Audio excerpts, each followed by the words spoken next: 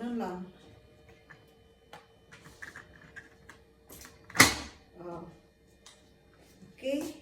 Hello guys, papakita ko sa inyo kung paano bubuhatin ang matanda. Halimbawa, pag malaglag sila dito sa sahig, gamit itong lifter. So, kung halimbawa, malaglag yung matanda dito sa sahig, ilagay nyo lang to dito sa kanyang likod. Ayan. Lagay mo lang sa likod yan. Okay. Tapos, itong ano na ito, isabit mo dito.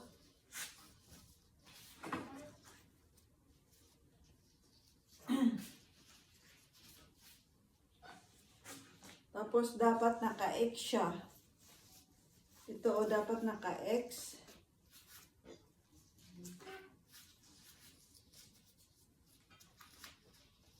Yan.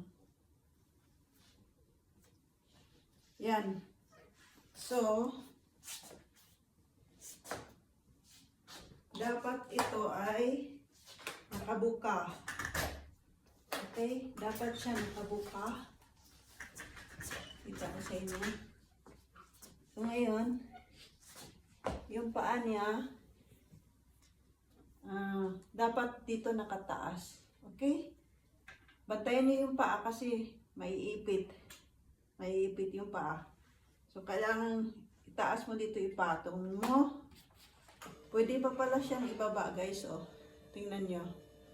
Pwede pa siyang ibaba. Ito. So, ngayon itaas nyo na natin.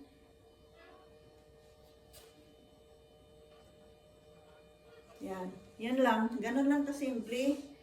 Pag kunin nyo yung matanda o yung tao pag nahulog sa sahig. Kasi lalo na pag mataba, hindi nyo kayang buhatin. Ganun lang.